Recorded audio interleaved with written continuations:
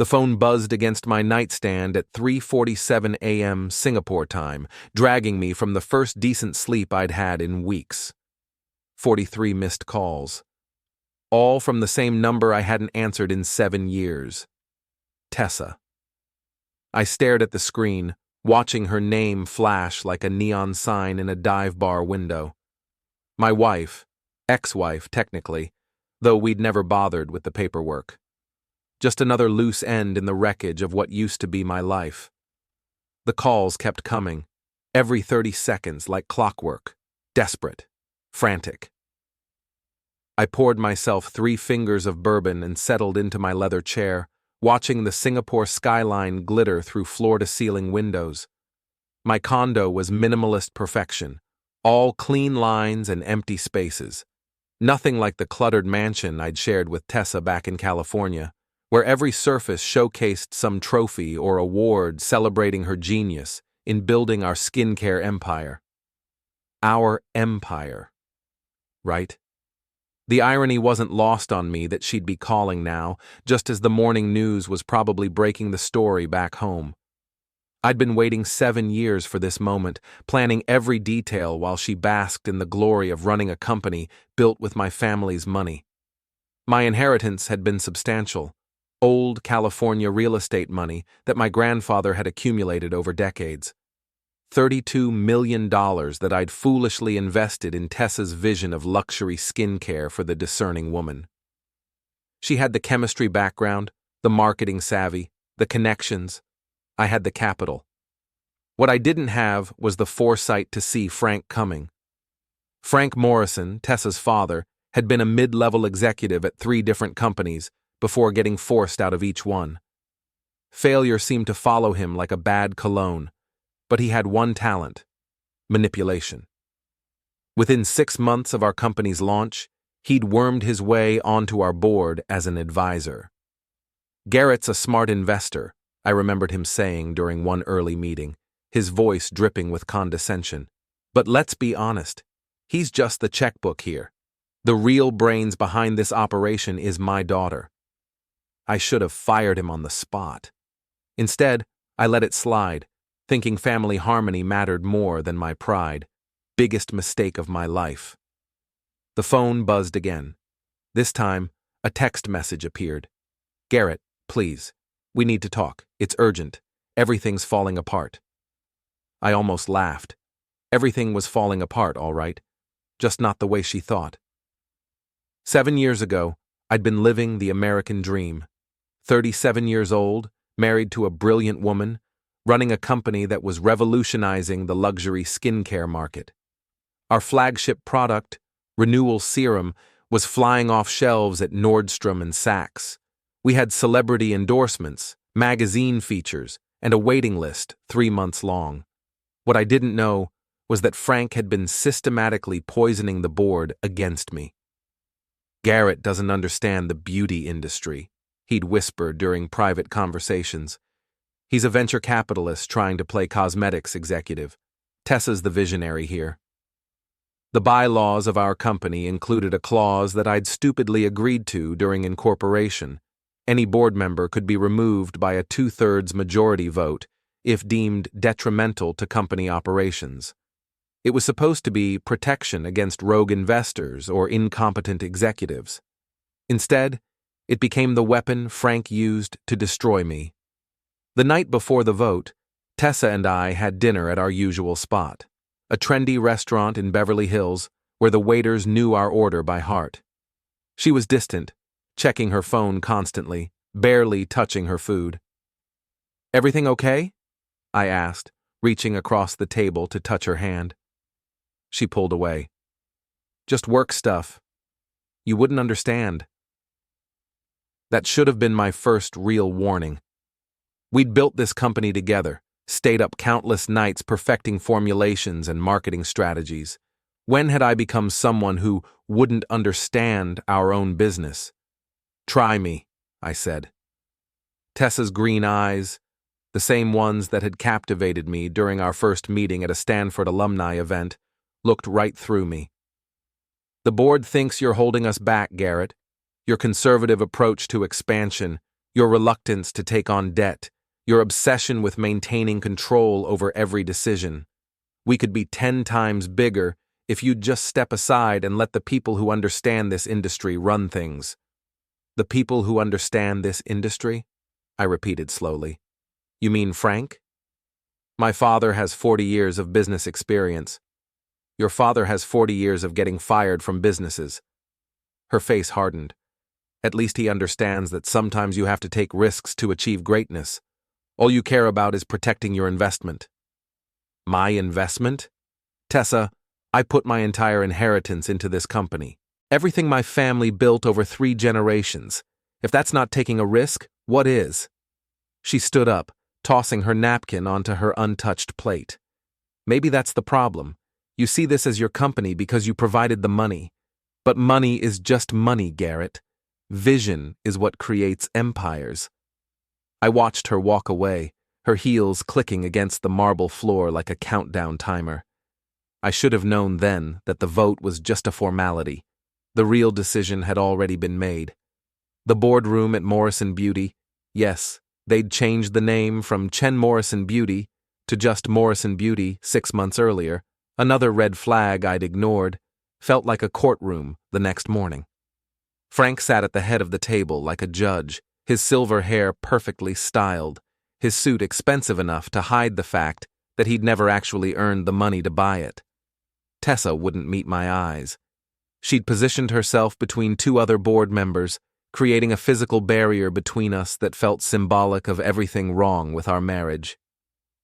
Garrett, Frank began, his voice carrying the false warmth of a funeral director. We've called this meeting to discuss the future direction of our company. Our company? I interrupted. Funny how it became our company when it started making money. Your attitude is exactly what we need to address, said Patricia Wells, our marketing director and Frank's latest convert. This company has grown beyond what any of us imagined. But growth requires adaptation. It requires leadership that understands the modern beauty landscape. I looked around the table at faces I'd once considered allies. Patricia, whom I'd hired away from Estée Lauder with a 30% salary increase. James Crawford, our operations director, whose previous company I'd saved from bankruptcy by introducing him to key suppliers. Margaret Singh, our head of product development, whose innovative ideas I'd championed when everyone else thought they were too risky. One by one, Frank had turned them against me. What exactly are you proposing? I asked, though I already knew. Frank slid a document across the polished mahogany table. We're invoking Article 7 of the company bylaws, a vote of no confidence in your leadership position. I scanned the document, my lawyer's training kicking in, despite the rage building in my chest. Everything was technically legal, technically proper. They'd done their homework. You realize this company exists because of my investment, right? I said, keeping my voice level. $32 million of my family's money built everything you see here. And you've been compensated handsomely for that investment, Tessa said, finally speaking. Your equity stake has increased in value by over 400%. But ownership and leadership are different things, Garrett. It's time to let the people who actually understand this business take control. The people who understand this business, I repeated. Like Frank? Tell me, Frank, what exactly qualifies you to run a skincare company? Was it getting fired from Revlon? Or maybe your spectacular failure at L'Oreal? Frank's face reddened, but his voice remained steady. I have 4 decades of experience in corporate leadership. I understand how to scale a business, how to manage growth, how to make the tough decisions that transform small companies into industry leaders. You understand how to get fired, I shot back. 4 times in 10 years. That's not leadership experience. That's a pattern of failure. Enough, Tessa snapped. This isn't about my father's past. This is about our future. The board has lost confidence in your ability to lead this company to the next level. I stood up slowly, letting my eyes move around the table one more time. These people owed their careers, their success, their financial security to decisions I'd made and money I'd provided. Now they were sitting in judgment of me like I was some incompetent middle manager who'd stumbled into the wrong boardroom. All in favor of removing Garrett Chen from his position as Chief Executive Officer? Frank asked. 5 hands rose. Only Margaret hesitated before raising hers, unable to look at me as she cast her vote. Motion carries, Frank announced. Effective immediately, Tessa Morrison will assume the role of Chief Executive Officer. Tessa finally met my eyes, and what I saw there wasn't guilt or regret or even satisfaction. It was pity. She actually felt sorry for me, like I was some pathetic figure who'd never understood that this moment was inevitable. "You'll come crawling back," she said quietly. Her words meant only for me. "When you realize what you've lost, when you see what we build without you holding us back, you'll come crawling back begging for another chance." I gathered my papers, straightened my tie, and walked toward the door. Every step felt like walking through quicksand, but I kept my shoulders straight and my expression neutral. At the door, I turned back. "No," I said simply. "I won't." Then I left without another word, letting the door close behind me with a soft click that sounded like the end of everything I'd worked for. What they didn't know, what I'd never told anyone, not even Tessa, was that the intellectual property for our flagship serum wasn't owned by Morrison Beauty. It was held by a separate holding company I'd established during our startup phase, a legal structure designed to protect our most valuable assets from potential lawsuits or business failures. The licensing agreement between my holding company and Morrison Beauty was set to expire in 7 years. I'd planned to renew it automatically, keeping everything in the family. But I wasn't family anymore. Singapore was supposed to be temporary, a place to lick my wounds, figure out my next move, maybe start over in a market where nobody knew my story. The city-state's business-friendly environment and strategic location made it perfect for someone looking to rebuild. What I found instead was clarity. My condo in Marina Bay became my war room. I spent the first 6 months just watching, tracking Morrison Beauty's progress through industry publications and financial reports. They were doing well, better than well, actually. Tessa had expanded into international markets, launched 3 new product lines, and increased revenue by 60% in their first year, without me. The business press loved the story. Beauty company flourishes after founder's departure. Tessa Morrison, the visionary behind Morrison Beauty's meteoric rise. How removing extra weight saved a skincare empire. Extra weight. That's what Forbes called me in their profile of Tessa. Extra weight. I started working out at a local boxing gym, partly for stress relief and partly because I needed something to do with the rage that threatened to consume me. The physical training helped clear my mind, gave me focus. My trainer, an ex-professional named Danny Liu, didn't care about my corporate drama. He just wanted to teach me how to throw a proper punch. Anger's not enough, he told me during one particularly brutal session. Anger makes you sloppy.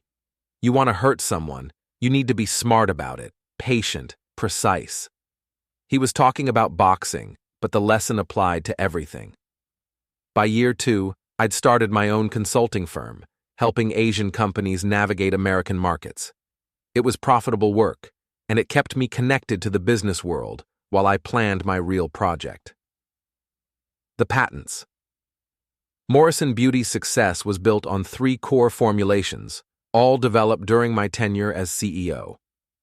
The base compounds were protected by patents held through my holding company, Chen Innovations LLC. Those patents were licensed to Morrison Beauty under a 7-year agreement that I'd structured to renew automatically, unless I chose not to renew them. More importantly, I'd been busy. The chemistry knowledge I'd gained working with Tessa hadn't disappeared when I left California.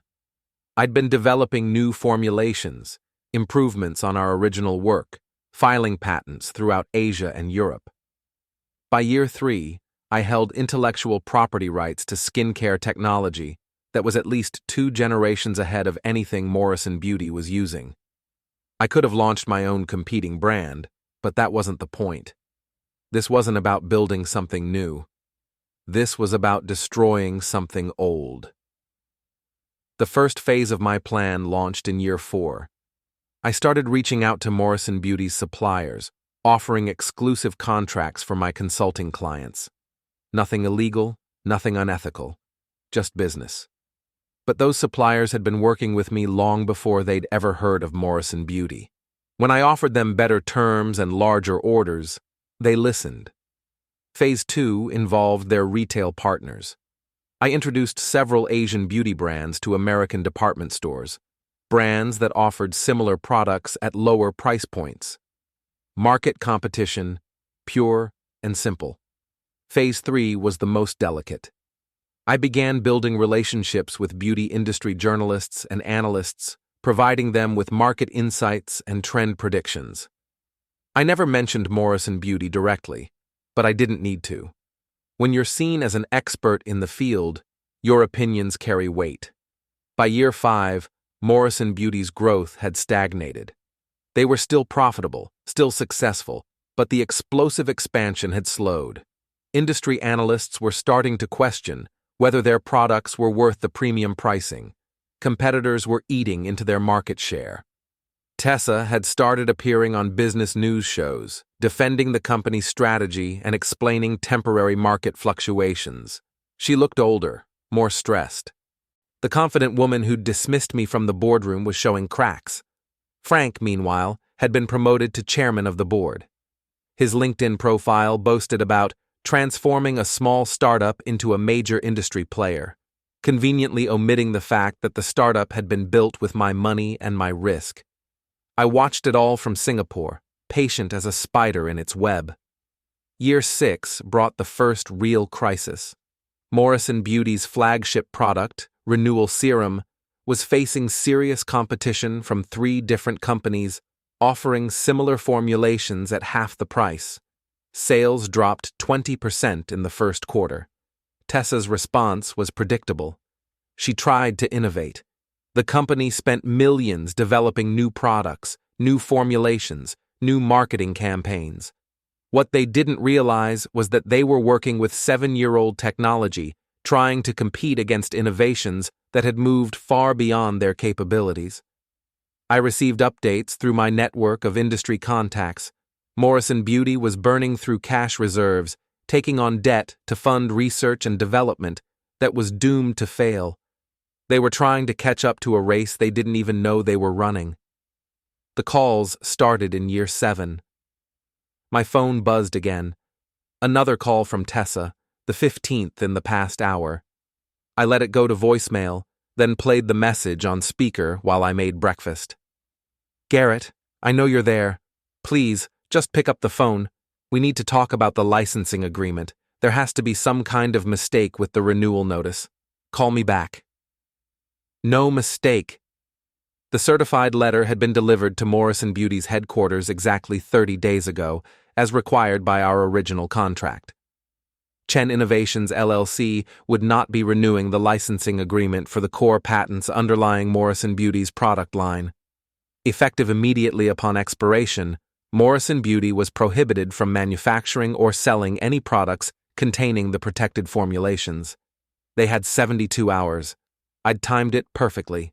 The patents expired on the same day that Morrison Beauty's largest retail order of the year was scheduled to ship, their holiday collection representing nearly 40% of their annual revenue.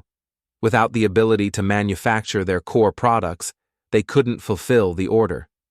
Contract penalties alone would cost them millions. But that wasn't the beautiful part.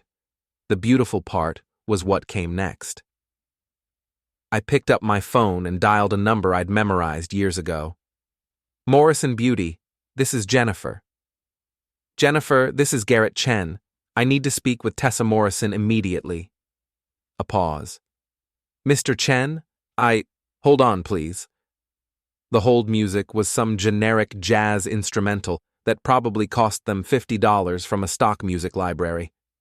Everything about Morrison Beauty had become generic, mass-produced, forgettable. The company I'd built with vision and attention to detail had turned into just another corporate entity focused on quarterly profits and market share. Garrett. Tessa's voice was tight, controlled, but I could hear the desperation underneath. Thank God you finally called back. I got your messages.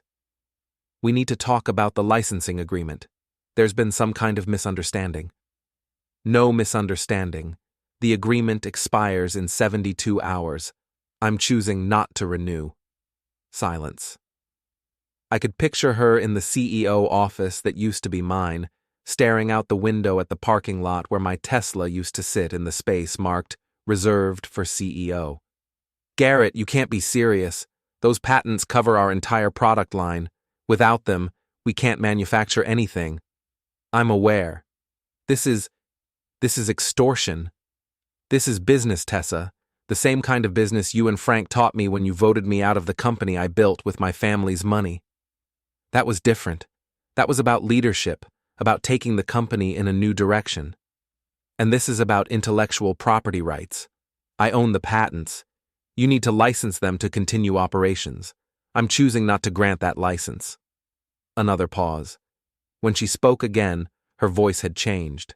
The desperation was more obvious now, the control slipping. What do you want? Money? Equity? A position on the board? We can work something out. I want you to remember what you said to me 7 years ago.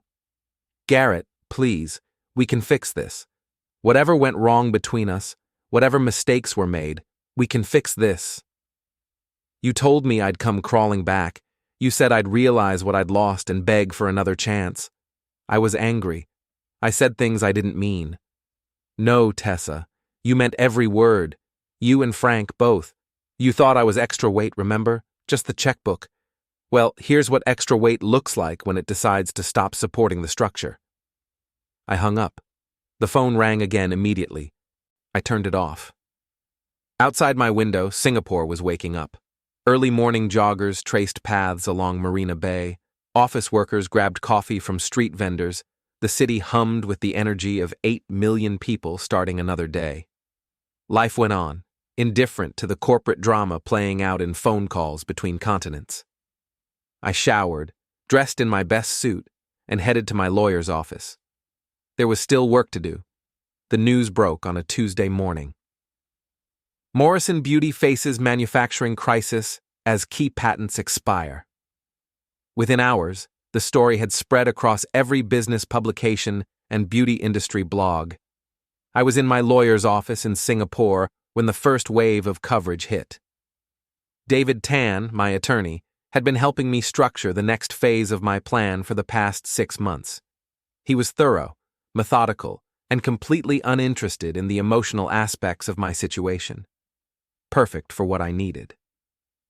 The patent expiration is completely legal, he confirmed, reviewing the documents one more time. Your licensing agreement with Morrison Beauty was clear about renewal terms. You have no obligation to continue the relationship. And the debt purchase? Also legal. Morrison Beauty has been carrying significant debt to fund their expansion and R&D efforts. When their primary lender decided to sell that debt to reduce their exposure, you were free to purchase it through your holding company.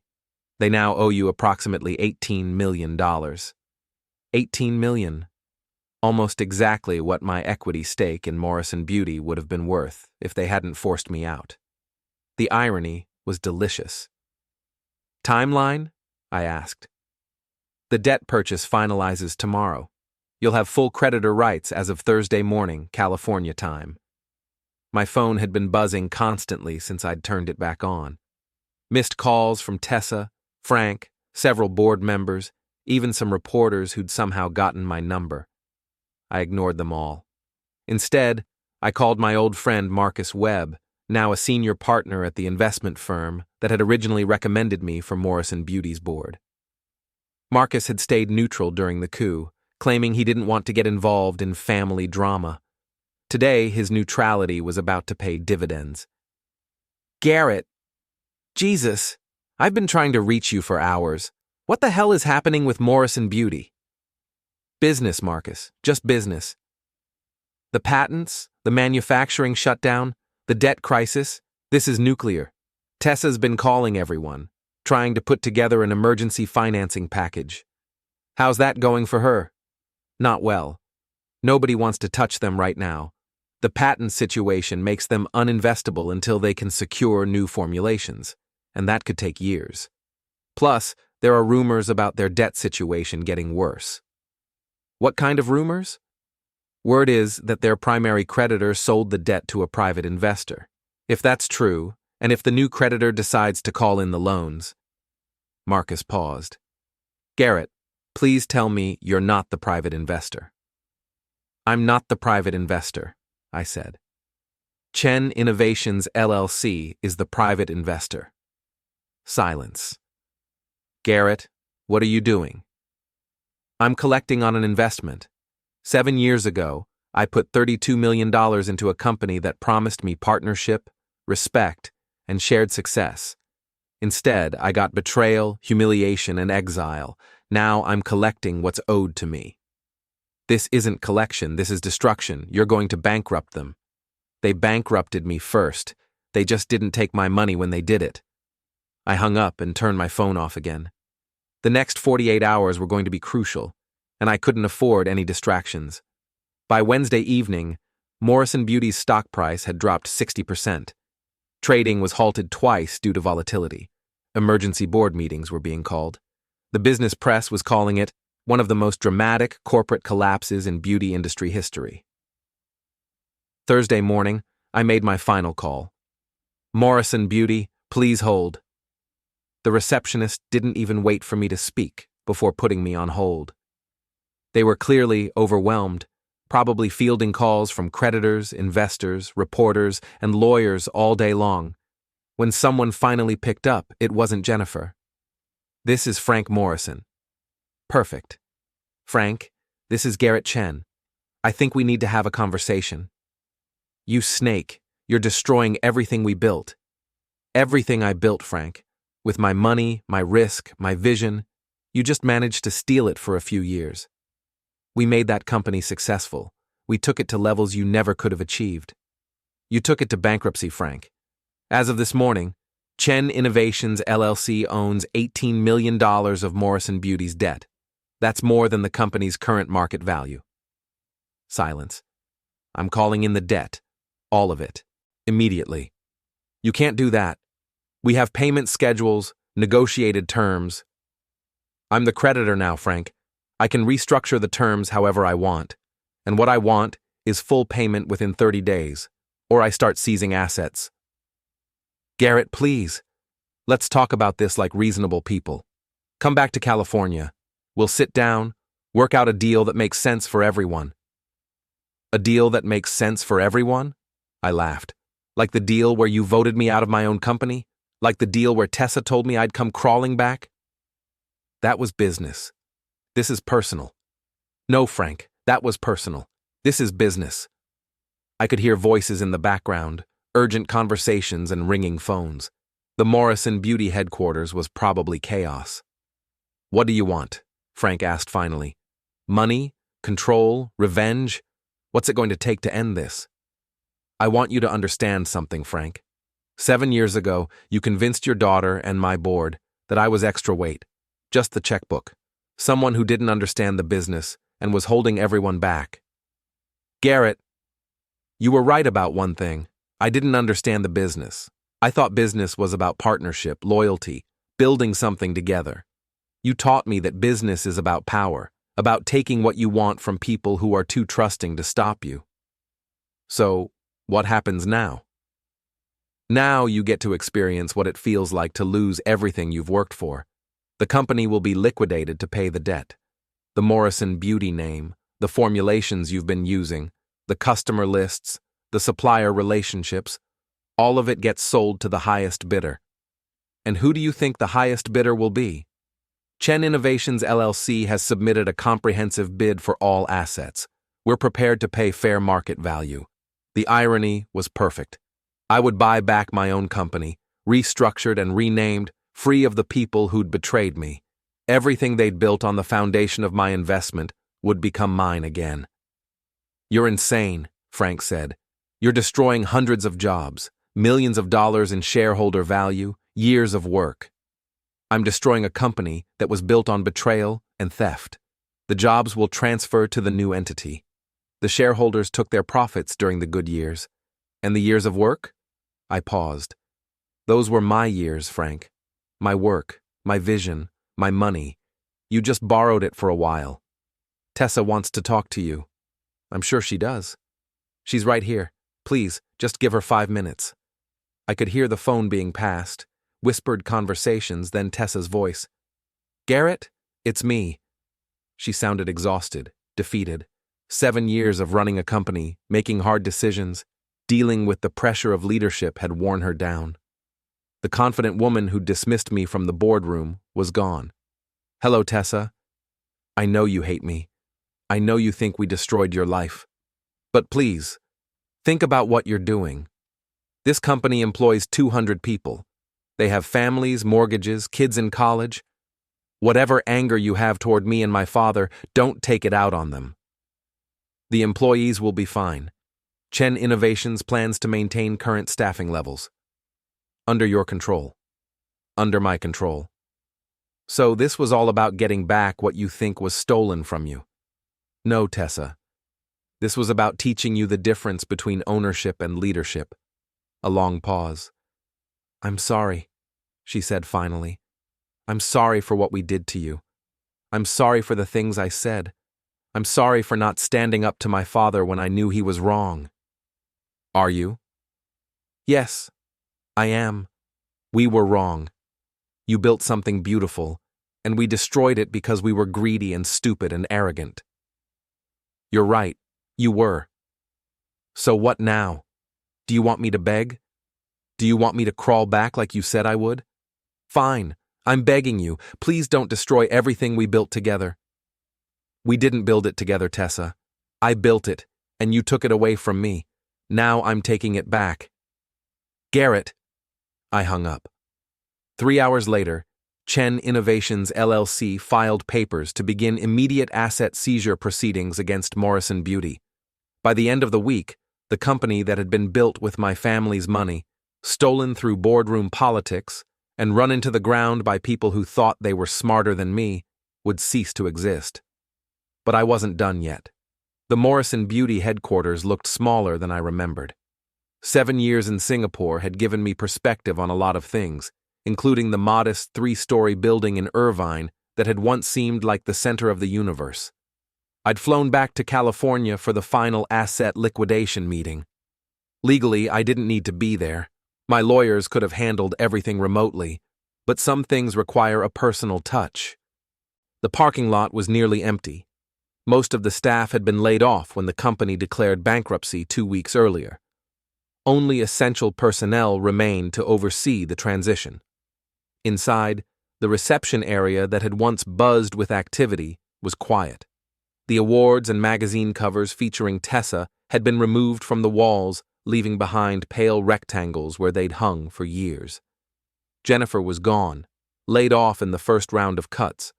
Her replacement was a temp who looked like she'd rather be anywhere else. I'm here for the 10 o'clock meeting, I told her. Conference room B, down the hall, second door on your right. Conference room B, not the executive boardroom where I'd been voted out 7 years ago. That room was probably being used to box up the remaining inventory.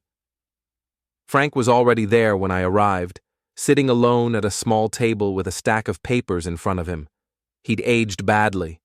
His hair had gone completely gray, and he'd lost weight in a way that made his expensive suit hang loose on his frame. Garrett. He stood up when I entered, extending his hand. I ignored it. Frank. You look good. Singapore's been treating you well. I sat down across from him without responding. The power dynamic was clear. I was here as the creditor, the new owner, the man who held their future in his hands. Frank was here as a supplicant. Where's Tessa? She's having a hard time with all this. I thought it might be better if I handled the transition details. She's having a hard time. I repeated the words slowly, tasting them. How unfortunate. Frank's lawyer arrived a few minutes later, followed by my legal team. The actual paperwork was straightforward. Asset transfer documents, employment agreements for the staff I'd chosen to retain, licensing deals for the intellectual property. What made it interesting was watching Frank try to maintain his dignity while signing away everything he'd spent 7 years building. The Chen beauty brand will officially launch next month, I explained as he worked through the papers. Same formulations, same quality standards, but with significant improvements based on new patent developments. Chen Beauty? I considered Morrison Beauty, but that name has too much baggage.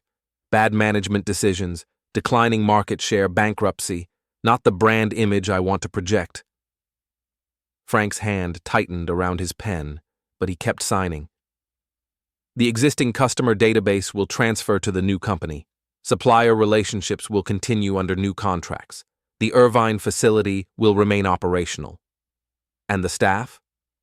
I'm retaining about 60% of the workforce. The others will receive standard severance packages. That's generous. It's business, Frank. Good employees are valuable regardless of who signs their paychecks. He finished with the documents and sat back in his chair. For a moment, he looked like the old man he'd become. Tired, defeated, diminished. I suppose you think this is justice, he said. I think this is consequences. We made mistakes, I'll admit that. But we also built something successful. Morrison Beauty was profitable for 6 years. Morrison Beauty was profitable because it was built on my investment and my intellectual property. Take away those foundations, and what did you actually contribute? Frank didn't answer. Here's what I think happened, I continued. You saw an opportunity to live vicariously through your daughter's success. You convinced yourself that your decades of failure in corporate America had given you wisdom instead of just experience in how not to run a company. You manipulated the board into removing the one person who actually understood what made the company valuable. And what was that? Innovation, vision, long-term thinking. You focused on quarterly profits and market share while I was developing the next generation of products. You thought you were stealing a company. You were actually stealing an empty shell. The door opened, and Tessa walked in. She looked terrible, exhausted, stressed, older than her years. The confident CEO who'd graced magazine covers had been replaced by a woman who looked like she hadn't slept in weeks. Garrett. She sat down next to her father without looking at me directly. I wanted to thank you. Thank me? For keeping most of the staff, for maintaining the facility, for not just burning everything down out of spite. You're welcome. I also wanted to ask you something. Ask away. Why now? Why wait 7 years? You could have destroyed us at any time after the patents were filed. Why did you wait until we were at our strongest? I considered the question. It was a good one, and it deserved an honest answer. Because I wanted you to understand what you'd lost. If I destroyed you immediately, you could have blamed bad luck, market conditions, unforeseen circumstances. You needed time to succeed, to build something you were proud of, to believe you were better off without me. So you let us succeed just so you could take it away? I let you borrow success that was never really yours. Everything Morrison Beauty achieved was built on intellectual property I owned and capital I provided.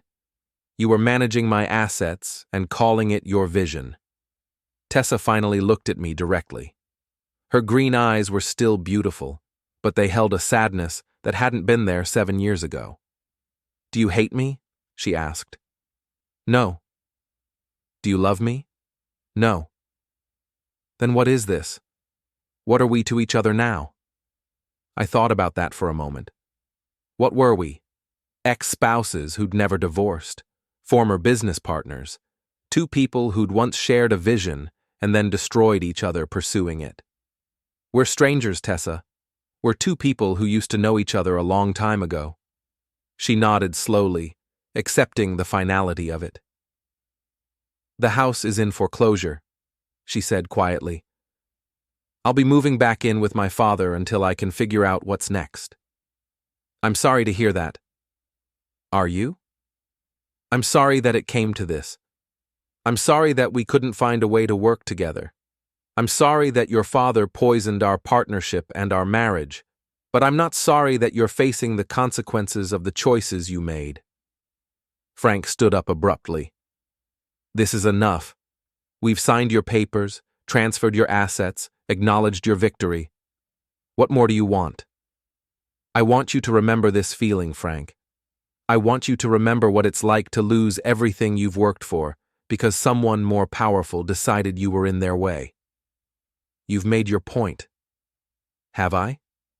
Because 7 years ago, you convinced my wife and my board that I was extra weight, that I didn't understand the business, that I was holding everyone back." I stood up, straightening my tie. "Tell me, Frank, who was holding who back?" He didn't answer. I gathered my papers and headed for the door. At the threshold, I turned back one last time. "Oh, and Frank? You were right about one thing. I did come crawling back." I smiled. "I just brought an army with me." I walked out of Morrison Beauty headquarters for the second time in my life. The first time, I'd been broken, humiliated, cast out from something I'd built with my own money and vision. This time, I owned everything.